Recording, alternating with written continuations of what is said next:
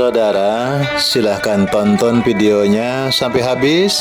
Jangan lupa like, subscribe, comment, and share.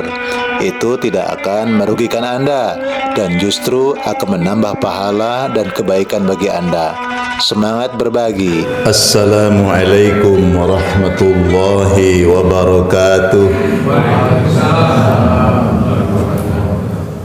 Innal hamdalillah nahmaduhu wa nasta'inuhu wa nastaghfiruh wa na'udzu billahi min shururi anfusina wa min sayyiati a'malina. May yahdihillahu fala mudilla lahu wa may yudlil falan tajida lahu waliyyan mursyida. Allahumma shalli ala Muhammad wa ala alihi wa ashabihi ajma'in.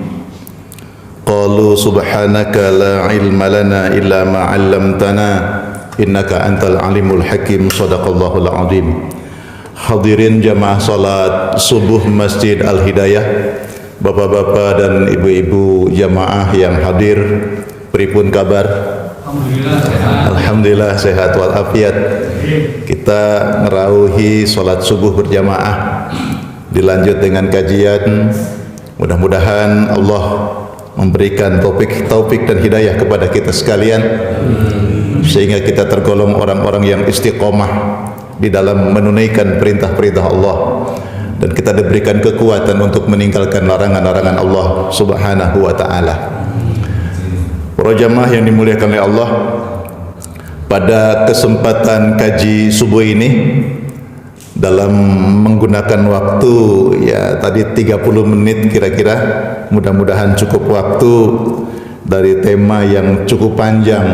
Kita singkat-singkat saja, yaitu mentadabburi ayat-ayat Al-Quran tentang kurban. Para jamaah yang dimuliakan oleh Allah, kurban itu suatu amaliyah yang sangat dalam, yang sangat penting untuk mengantarkan kita taqarrub ilallah, untuk mengantarkan kita lebih dekat jarak kita dengan Allah Subhanahu wa ta'ala. Juga kurban itu suatu amalan di mana ciri seorang mukmin berada di bulan yang agung, yaitu hari raya kurban atau hari raya Idul Adha. Para jamaah yang dimuliakan oleh Allah, ayat-ayat Al-Quran yang berkenaan dengan kurban, pertama yang sangat kita kenal yaitu surat Al-Kautsar, ayat 1 sampai dengan ayat 3. Ada yang belum hafal surat Al-Kautsar? Insya Allah itu surat favorit. Jadi bapak ibu kalau sholat itu mesti, kalau tidak kulhu ya a'toina kal kausar itu. Pokoknya bolak-balik iku wae. Pertanyaan apa le mung iku dah? Nggih Pak Ustaz. Ya gak apa-apa. Cuma maksudnya kan ayat Quran itu kan banyak itu kan. Itu langganan Pak Ustaz yang nggih pun.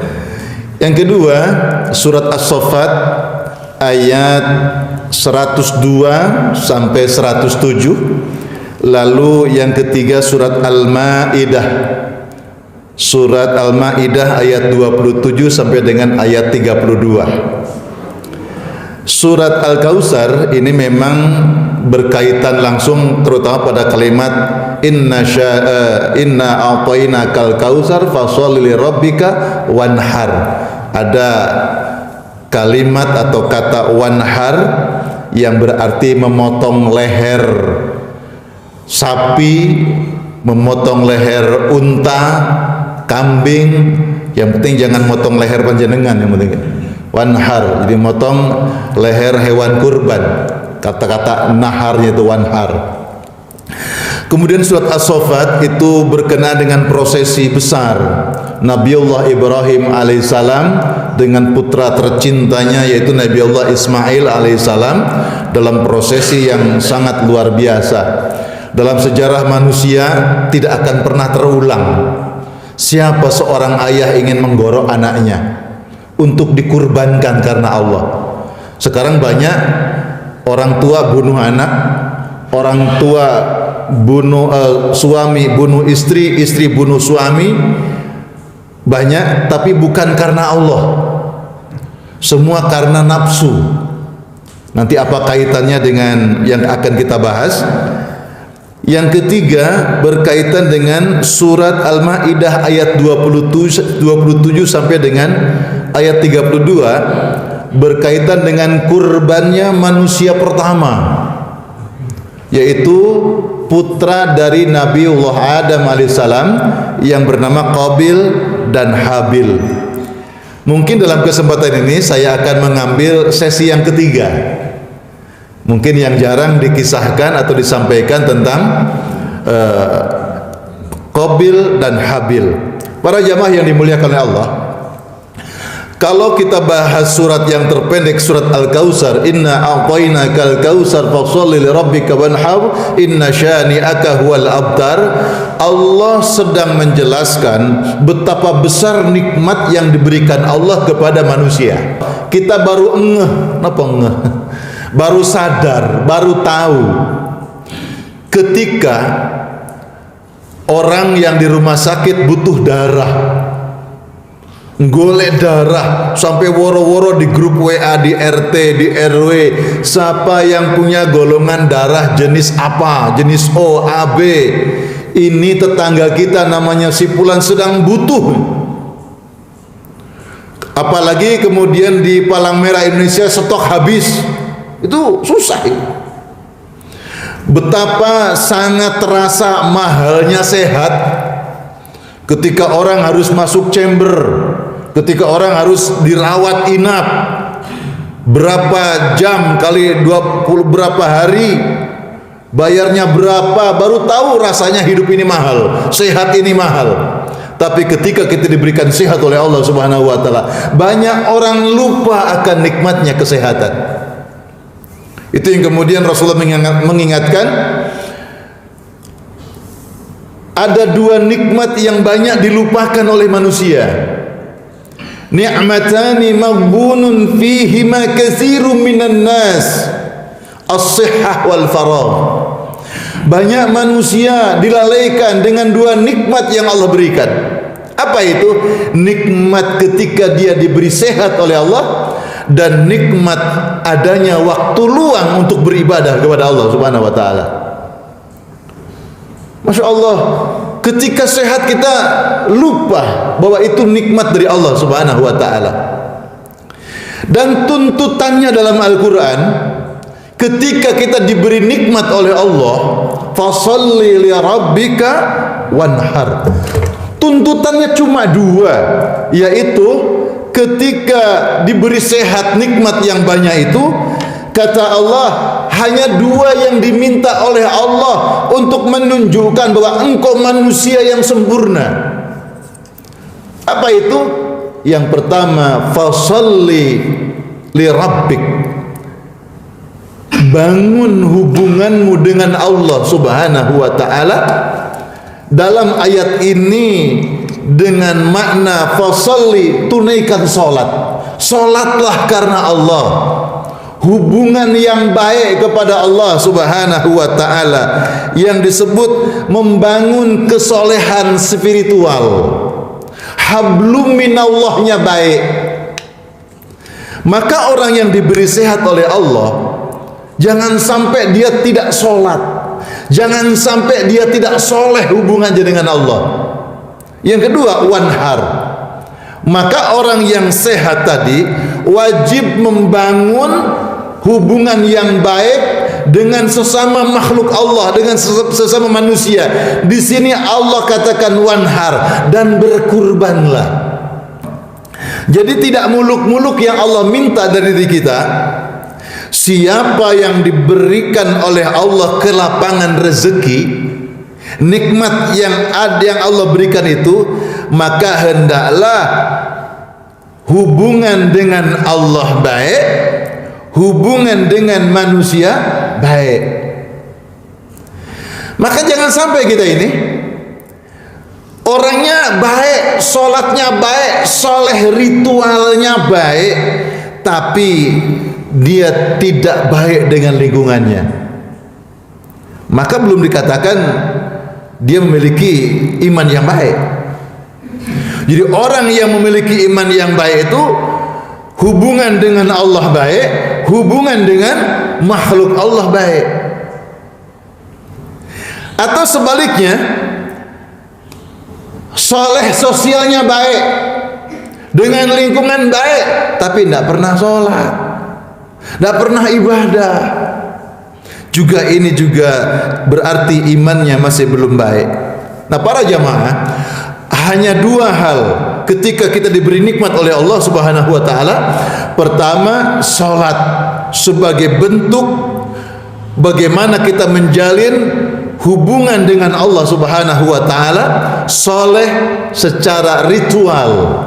Yang kedua, bangun hubungan dengan manusia baik, saleh sosial. Wujudnya apa? Kita menjadi manusia yang tidak pelit.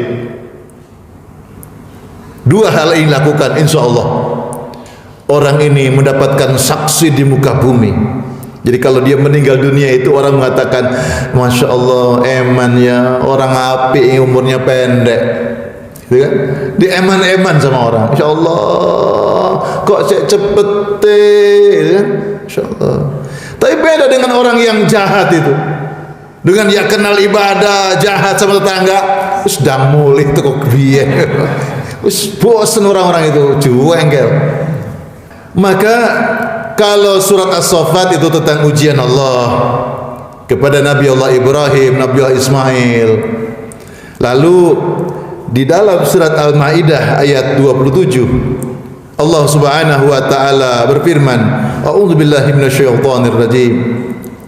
Watslu 'alaihim naba abnai Adam bil haqq idh qarraba qurbanan fatuqabbila min ahadihima wa lam yutaqabbal min al-akhar qala la aqtulannak qala innama yataqabbalullahu minal muttaqin. Al-ayah.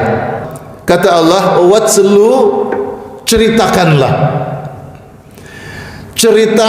kepada mereka tentang kisah kedua putra Nabi Adam yang bernama Qabil dan Habil. Menurut yang sebenarnya, para jamaah, saya belum mendapatkan keterangan riwayat yang secara gamblang Qabil dan Habil itu siapa yang menjadi kakak, siapa yang menjadi adik. Tapi yang jelas, istri Nabi Adam yang bernama Sayyidati Hawa atau Siti Hawa kita nyebutkan, itu setiap hamil melahirkan anaknya mesti kembar, dan dalam kembarnya itu mesti sepasang, laki perempuan. Tidak tahu sampai berapa kali, ada mengatakan sebanyak 20 kali melahirkan kembar. Ada yang berani, Bu? 20 kali kembar, kemudian yang ke-21 kalinya baru sendiri. Yang kemudian ada mengenalnya menjadi seorang nabi, yaitu Nabi Sis. Wallahu alam. Para jamaah, Allah menyebutkan di sini utslu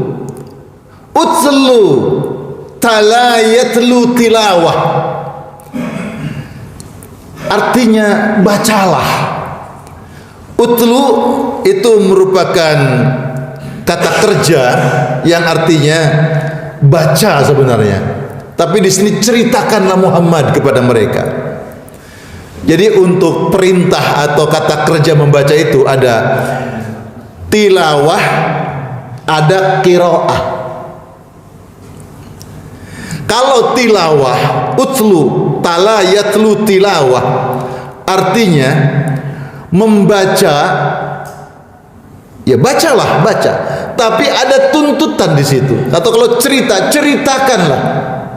Tetapi dalam cerita yang disampaikan, apa yang dibaca itu makna lain. Utslu atau tilawah itu mengikuti. Jadi apa yang disampaikan, diceritakan, apa yang dibacakan itu diikuti. Ada sambungannya. Lalu ada tuntutan di dalamnya. Apa tuntutannya? Sesuatu yang dituntut, apa yang dikisahkan, yang diceritakan, dan apa yang dibaca itu untuk dilakukan, untuk diamalkan. Kalau Iqra sekedar baca, panjenengan baca Quran, pokoknya baca aja, ngerti ndak tahu apa isinya, saya tak baca dulu terjemahannya gitu. Jadi kalau utslu tilawah, dia membaca, dia memahami, lalu pesannya dilakukan dalam kehidupan, dipraktekkan dalam kehidupan, itu tilawah. Kalau qiraah sekedar membaca, sekedar melagukan kalau qiraah. Makanya tidak ada MQQ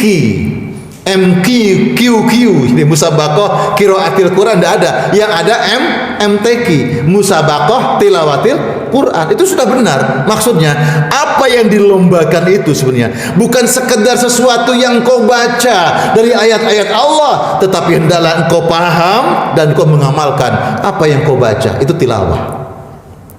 Utslu, kata Allah, bacalah, ceritakanlah, dan apa yang ada dalam cerita ini hendaklah engkau praktekkan dalam kehidupan, menjadi pelajaran istimewa. Naba abnai Adam. Naba itu sesuatu cerita yang sangat besar, sesuatu cerita yang sangat penting, sesuatu pesan atau cerita yang sangat agung. Itu naba. Jadi ada berita yang sangat mengejutkan dan tingkatnya dunia gitu. Naba. Dan cerita yang agung besar ini ya, sesuatu yang bermanfaat untuk kehidupan kita. Itu namanya naba. Kalau di surat kabar mungkin ada tentang kisah presiden apa gitu. Nah, itu cerita besar, tapi apa manfaatnya untuk pribadi? Itu tidak termasuk naba. Naba itu sesuatu peristiwa yang besar. Maka orang yang menyampaikannya disebut nabi. Jadi nabi itu adalah orang yang menyampaikan pesan-pesan, kisah-kisah, cerita-cerita yang datangnya dari Allah, dan ini besar sekali, agung sekali berita ini, sangat penting, sangat relevan dengan kehidupan kita. Itu naba. Maka orang yang menyampaikannya disebut nabi, bukan wartawan.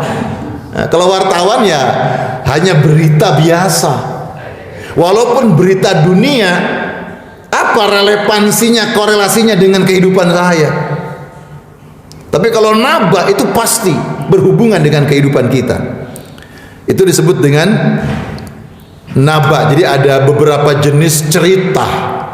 Kalau cerita besar, penting, relevan dengan kehidupan kita disebut naba.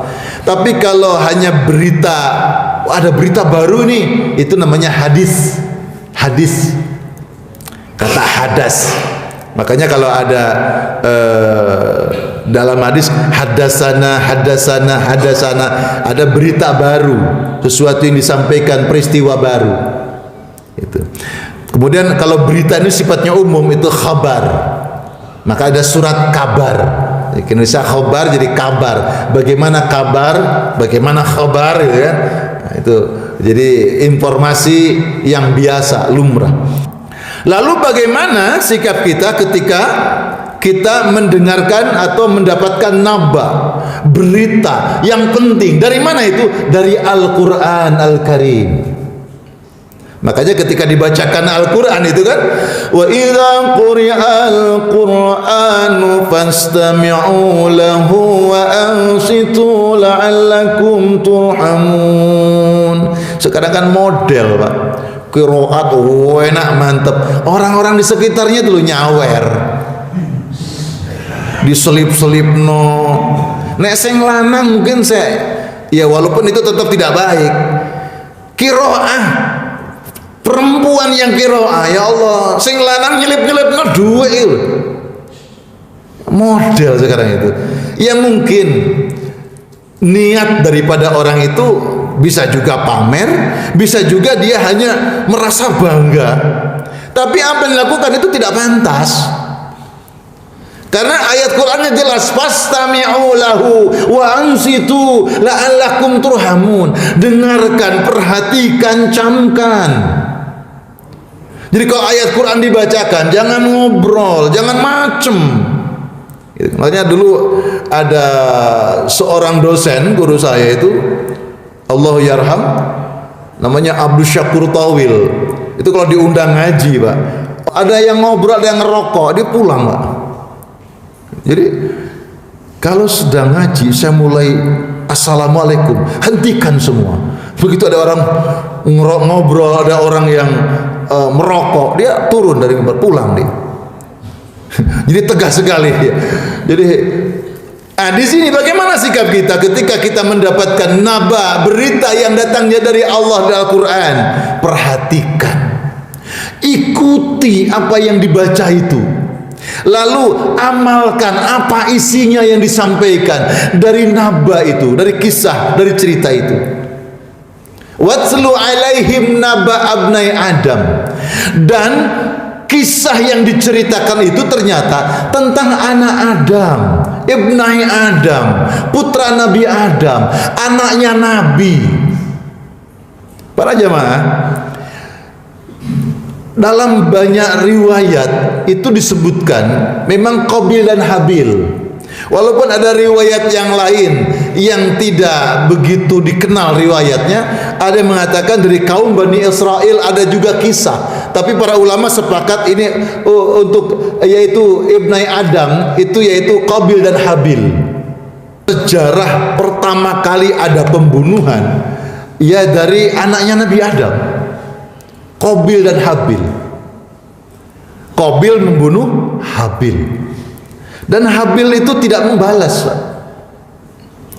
Tapi Qabil sudah melakukan sesuatu agar Habil sudah melakukan sesuatu agar Qabil tidak melakukan hal yang tidak baik. Tetapi Habil tidak melakukan perlawanan.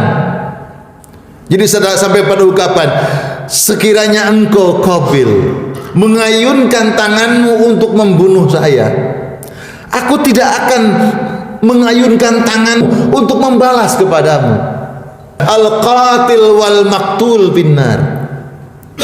Orang yang membunuh dan orang yang dibunuh sama-sama masuk neraka. Jadi Habil itu seolah-olah kalau aku membunuh balik, jangan-jangan dalam hati kecilku juga niatnya membunuh. Ini sangat sulit, Pak. Ketika kita membela diri mau dicelakai orang, kemudian kita niatnya membela diri, boleh. Tapi harus betul-betul murni suci. Sebagaimana Sayyidina Ali dalam medan peperangan ketika duel, dia tidak pernah kalah. Selalu menang. Dan apa yang dilakukan semata-mata jihad fi sabilillah, membunuh karena Allah, li'a'la li kalimatillah, membesarkan kalimat Allah. Tapi perhatikan suatu saat ketika musuhnya sudah jatuh lalu berdiri lagi dan musuhnya itu meludahi mukanya Sayyidina Ali, apa yang dilakukan Sayyidina Ali? Justru Sayyidina Ali menaruh pedangnya, dia pulang. Lalu musuhnya itu kaget, wahai Ali, mengapa engkau tidak jadi membunuhku? Apa jawaban Ali? Saya tidak jadi membunuhmu. Aku khawatir, aku membunuhmu karena aku dengki saat engkau sudah meludahi aku. Jadi nafsu untuk membunuhmu karena ada keburukan hatiku, karena nafsu, karena engkau meludahi aku. Itu sangat bersih sahabat itu. Para jamaah, ini kembali kepada Qabil dan Habil. Tadi kita sampaikan bahwa Siti Hawa itu ketika melahirkan selalu kembar, dua anaknya, laki perempuan, laki perempuan. Dan yang kembaran Qabil itu namanya Iklimiyah atau Iklima, wanita yang parasnya cantik. Cantik pakai jelita lagi kalau sekarang. Sementara kembalannya Habil, yaitu Labuda, ada yang menyebut Layuda, itu tidak secantik Iklimia atau Iklima. Manusia belum banyak. Syariat yang ada pada Nabi Adam waktu itu, mereka harus menikah, dan menikahnya secara silang. Sehingga Qabil harus menikah dengan Labuda yang tidak cantik. Tidak cantik, saya tidak menyebutkan jelek loh ya. Pokoknya tidak cantik lah gitu. Dan Habil harus menikah dengan Iklimia yang cantik. Dan itu syariat yang terjadi. Dan rupanya mungkin secara penemuan saat ini, menikah yang seperti itu maksudnya bukan yang sekembaran, secara ilmu kesehatan mungkin itu lebih baik dibandingkan dengan sekembaran. Itu makanya supaya percampuran genetiknya lebih kuat, seperti Allahu a'lam. Nah para jamaah, lalu dengan kesimpulan seperti itu, Qabil tidak terima, protes. Ya opo bapak ikirek lah, kan yang lebih dekat aku dengan Iklimah, wong barenganku lah apa harus ditukar-tukar, gak adil bapak ini, kata Qabil. Maka disitulah permulaan, ya, permulaan terjadinya sebuah peristiwa besar yang kemudian dikenal dengan pembunuhan. Para jamaah yang dimuliakan oleh Allah, disinilah yang kemudian memunculkan Nabi Adam untuk menjawab keresahan yang terjadi pada anak-anaknya, karena Qabil tidak terima, tidak mau ayah, pokoknya saya harus menikah dengan Iklimah gitu. Maka oke, kalau begitu kata ayahnya, kata Nabi Adam, sekarang Allah meminta engkau untuk berkurban, maka lakukanlah kurban kepada Allah Subhanahu wa ta'ala. Para jamaah, Habil itu seorang putra Nabi Adam yang memiliki fisik yang sangat bagus, sahibul ghanam. Dia seorang peternak. Jadi Habil itu sukses di dalam beternak. Sementara Qabil sahibuz zar'i, dia sebagai seorang petani, pekebun. Sehingga di dalam tafsir yang ditulis oleh Imam Ar-Razi dikatakan bahwa Habil itu berkurban dengan seekor kambing atau ghibas yang putih, yang besar, yang sehat. Yang konon nanti dalam surat As-Saffat peristiwa kurban, yaitu ketika Nabi Ismail berpasrah Nabi Ibrahim untuk menyembelih putranya itu dengan keadaan berpasrah, maka kemudian Allah berfirman, wa fadainahu bidzibhin azim, maka Allah ganti kurban Nabi Ismail dengan kurban, yaitu seekor gibas yang besar.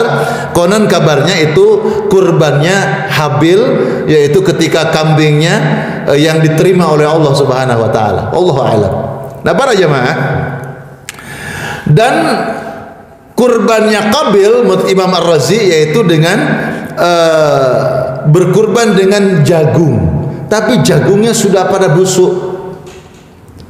Jadi kalau Habil itu diminta berkurban, memilih dari hewan-hewan ternak, dari sekian hewan ternak itu dipilih mana yang besar, yang besar, yang besar, yang gemuk, yang gemuk, yang sehat, yang sehat, maka dipilih yang paling gemuk, yang paling sehat untuk dipersembahkan kepada Allah. Beda dengan Qabil. Qabil itu dari sekian panenannya, dari perkebunannya itu dikumpulkan mana yang baik, yang baik, yang baik, yang paling baik, kemudian dicari justru yang sudah bosok. Itu kurbannya Qabil. Dan pada waktu itu berkurban, maka ditaruh kurbannya di atas gunung atau di atas bukit. Nanti suatu ketika muncul api, wallahu alam, Dan siapa di antara kurbannya yang diterima, maka akan hilang dari tempatnya. Ternyata kurbannya Habil, kambingnya sudah tidak ada. Sementara jagung yang bosok itu masih ada. Lalu Habil bilang kepada Qabil, hendaknya yang kau korbankan itu sesuatu yang baik dari hasil panenanmu, sehingga punyaku diterima oleh Allah Subhanahu wa ta'ala. Artinya bahwa itu jawaban mereka harus menikah secara silang. Tetapi yang namanya Qabil diberi nasihat oleh saudaranya, tidak mau terima. Tidak, hei Habil, sekiranya yang kau kurbankan itu hewan yang kurus, yang sakit, tentu kedua-duanya pasti diterima oleh Tuhan, oleh Allah. Gara-gara punyamu yang diterima, maka aku menjadi dengki. Ini persaingan dalam hidup ini yang menjadi rusak akhlak kita, karena ada persaingan dalam hidup. Itu ada yang sukses, ada yang tidak sukses, ada yang diterima, ada yang tidak diterima, ada yang mendapatkan rezeki yang baik, ada yang tidak mendapatkan rezeki. Menjadi persaingan, iri, dengki, jealous. Maka Ibnu Athaillah, atau juga ada seorang sahabat bernama Sofwan bin Uyainah, dia berkata, man asyraqat bidayatuhu asyraqat nihayatuhu. Siapa yang permulaannya bersinar, maka pengakhirannya akan bersinar. Siapa yang permulaannya baik, maka akhirnya akan baik. Siapa yang bercocok tanam yang baik, maka insya Allah panenannya akan baik. Dan awalan yang baik itu amalan ikhlas. Para jamaah, jadi kalau kita ini melakukan amal diawali dengan niat ikhlas, insya Allah amal itu akan jadi baik. Panjenengan berangkat dari rumah untuk sholat subuh berjamaah, niatnya karena Allah, insya Allah menunaikan ibadahnya itu baik. Panjenengan niat datang ke majelis ilmu karena Allah, niatnya baik, insya Allah amalnya baik. Orang itu melakukan amal apapun, berkurban karena Allah, ikhlas karena Allah, insya Allah yang akan dikurbankan pun itu akan baik. Ada seseorang berpikir, wih, wong iku gak soge tapi iso kurban sapi yo. Aku dekene wong terkemuka ya. Masa aku kambing, izin lah aku. Maka aku harus kurban sapi juga. Nah, kalau motivasi awalnya tidak ikhlas karena Allah, karena hanya merasa dikalahkan oleh orang miskin, maka ini harus ditata hatinya. Kita harus ibadah itu yang terbaik, harus. Cuma motivasi awalnya karena apa? Abah nyenangkan takmir lah. Usahno takmir, kalau saya kurbanannya kurus-kurus, cilik-cilik. Terus aku harus yang besar lah, ben seneng takmir ya. Dia beli kurban yang besar untuk menyenangkan takmir. Memang ada manfaat, tapi amal tetap harus karena Allah Subhanahu wa ta'ala. Ini harus ditata hatinya. Maka Habil sukses. Apa yang dia tampilkan dari kurbanannya karena Allah Subhanahu wa ta'ala. Para jamaah yang dimuliakan Allah, maka harus karena Allah. Jealousy ini menjadikan manusia, jealous itu rasa iri, dengki, tidak suka, dia melakukan amal karena kedengkian, akan menghilangkan kewarasan akal kita. Itu orang-orang iri itu, sehingga apapun dia akan lakukan, akan menghilangkan akal sehat kita. Sehingga Qabil, aku bunuh saja itu Habil. Saya begitu. Bayangkan, anaknya Nabi loh, punya iri, punya dengki. Apalagi kita ini anaknya siapa? Kok merasa soleh, kok merasa aman, berasa berada di zona aman untuk tidak melakukan perbuatan dosa. Siapa kita ini? Anaknya Nabi saja loh bisa dengki. Ini pelajaran bagi kita. Maka ketika naba ada berita besar dari Allah, ini harus jadi pedoman bagi kita agar kita jangan seperti Qabil. Tapi kan masih terjadi itu. Sampean punya bawa dompet ke masjid, bawa dompet nggak usah Pak Ustadz, ke masjid nggak usah dompet, biar aman di rumah aja dompetnya. Udah pelit berangkat ke masjid aja. Masya Allah. Infak Jumat di sini berapa Pak Takmir? Coba tanya jamaah, sampean bawa duit nggak kalau Jumatan? Enggak. Bojoku pelit Pak Ustaz. Kalau sudah masuk nggak ada yang keluar. S2I jatahku, nafkahku nggak metu mana ya Ustaz. Ya Allah, bawa uang 110.500 rupiah. 110.500 rupiah. Kira-kira sing ditokno sing ndi duwe? Cocok kira-kira. Ya Allah.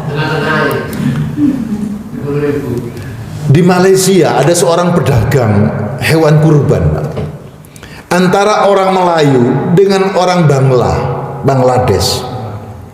Orang Bangladesh itu secara kehidupan tidak sugih Pak, pas-pasan. Sementara orang Melayu itu kaya-kaya. Apa yang terjadi?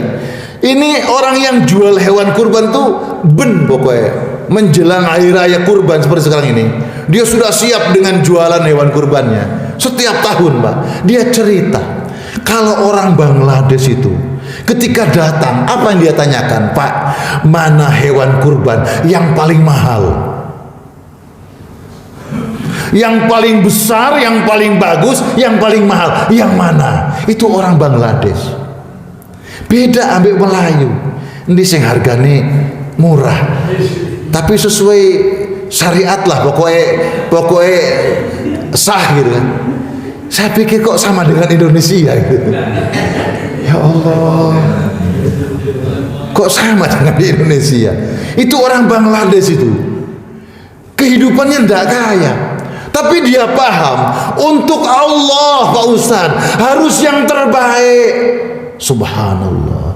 Untuk Allah Pak Ustadz tidak akan rugi, karena ini persembahan yang sangat dicintai oleh Allah.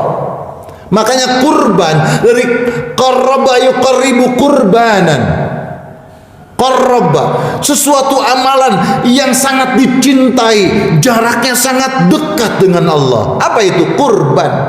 Subhanallah. Para jamaah yang dimuliakan oleh Allah, ini luar biasa ini. Nah sehingga hati-hati. Anak Nabi Adam yang bernama Qabil yang membunuh Habil itu karena iri, sehingga membunuh Habil, kakak atau adik, Allah alam.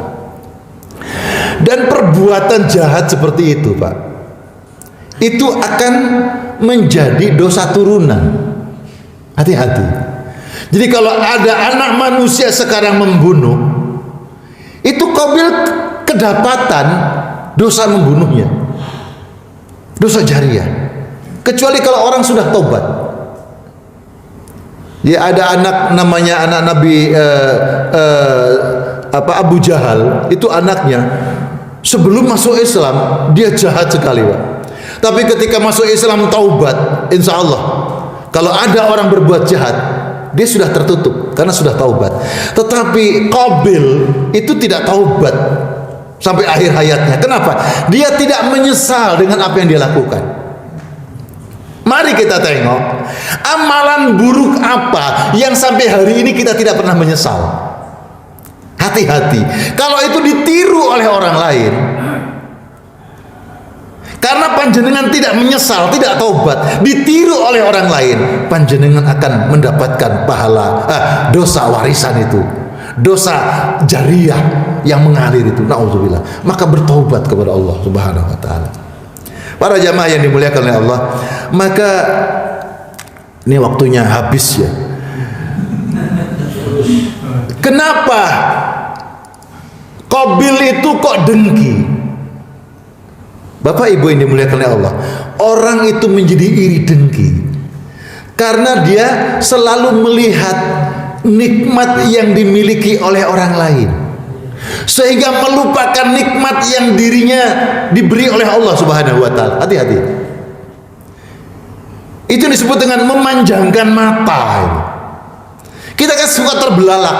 Ada orang sogeh bangun omah, bangun maneh, ditinggalkan. Wow, keren.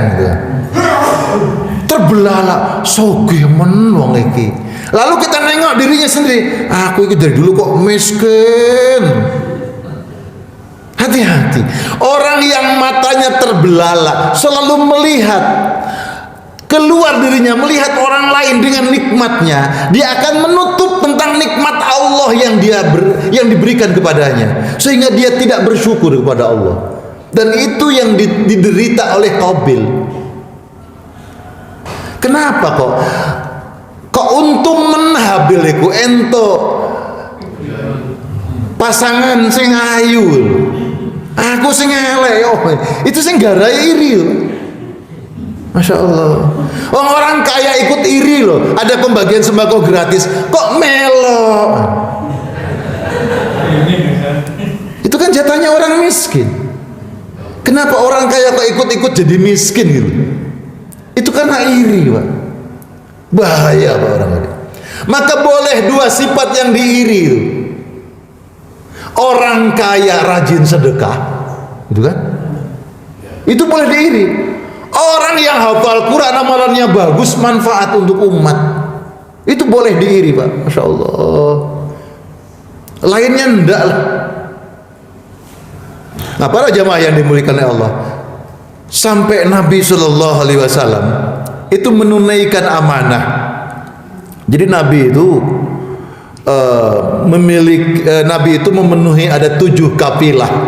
Kafilah itu semacam mungkin wadah, dan ini miliknya orang Yahudi dari Bani Quraidah dan Bani Nazir itu. Maka 7 kafilah itu dipenuhi oleh Rasulullah SAW. Di dalam kitab tafsir dikatakan ada bahan-bahan pertanian, ada hasil daripada pertanian gandum, ada wangi-wangian, ada kekayaan hasil laut, ada permata, lalu dikirim ke orang Yahudi itu karena itu milik mereka. Nabi menunaikan amanah itu. Para sahabat melihat apa yang dilakukan oleh Rasulullah itu merasa iri. Ya Allah. Lalu mereka berkata, laukana hadhil amwal lana la tuqawwina biha wa anfaqnaha fi sabilillah. Ya Rasulullah, sekiranya harta-harta ini milik kita, maka kita akan menjadi kuat.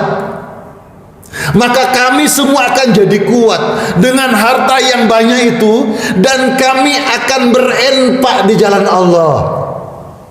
Padahal itu miliknya orang Yahudi, kok ikut iri. Lalu turun ayat Al-Quran yang mengingatkan kepada mereka, walaqad atainaka sab'an minal masani wal qur'anil azim la tamuddanna ainaika ila ma matta'na bih. Bagaimana kamu bisa iri, padahal kepadamu sudah diturunkan Al-Quran yang merupakan rahmat Allah. Jangan kecil hati Bapak Ibu. Kita punya iman, kita punya Quran, kita punya Rasulullah Sallallahu Alaihi Wasallam. Kita harus bangga menjadi umat Rasulullah. Al-Quran apa? Ar-Rahman Allamal Quran. Rahmat Allah. Kita diturunkan Al-Quran oleh Allah Subhanahu Wa Taala, yang diajari oleh Allah. Masa hanya dengan harta segitu saja kamu jadi iri, lupa kepada iman, lupa kepada Quran yang diturunkan kepadamu? Maka sebenarnya surat Al-Fatihah 7 ayat, atau Al-Quran yang diturunkan kepada kita, atau agama yang kita anut yang diturunkan Rasul kepada kita, cukup menjadi kita orang mulia dalam kehidupan ini. Maka ayo jangan sampai kita memanjangkan mata, melihat apa yang dimiliki oleh orang sehingga lupa apa yang diberikan Allah untuk kita. Insyaallah. Maka di bulan Dzulhijjah nanti sesuai kemampuan kita, ayo pasang niat yang baik karena Allah. Tunaikan amalan yang menggembirakan, yang dicintai Allah dan Rasulullah SAW berupa kurban. Ojo kaken kurban perasaan wae. Jadi orang iri itu kurban perasaan tok wae. Kenapa? Dia hanya melihat nikmat yang diberikan Allah kepada mereka, lupa dan tidak dapat menjangkau Allah sudah berikan nikmat kepadanya. Bagaimana dia akan menjadi hamba yang Allah berikan nikmat kalau kita tidak ketemu bersyukur kepada Allah. Bersyukur kepada Allah menjadi sarana Allah akan menambah nikmat kepada kita. Para jamaah, saya pikir waktunya sudah habis, mohon dimaafkan, mohon maaf lahir dan batin. Sebenarnya kajian ini masih panjang, saya siapkan untuk durasi 1 jam, tapi memang waktunya pendek. Barangkali ini pengenalan awal menuju kepada peristiwa berkurban yang besar, tapi dimulai dari kurbannya Nabi Ismail. Maka hilangkan sifat iri dengki supaya kita selamat dari sifat kikir dan lupa bersyukur kepada Allah Subhanahu wa taala. Menjadi hamba yang bersyukur, menjadi hamba yang dermawan, menjadi hamba yang dicintai oleh Allah Subhanahu wa taala. Rabbana atina fid dunya hasanah wa fil akhirati hasanah wa qina adzabannar. Subhanakallahumma bihamdika nashhadu an la ilaha illa anta nastaghfiruka wa natubu ilaik. Assalamualaikum warahmatullahi wabarakatuh.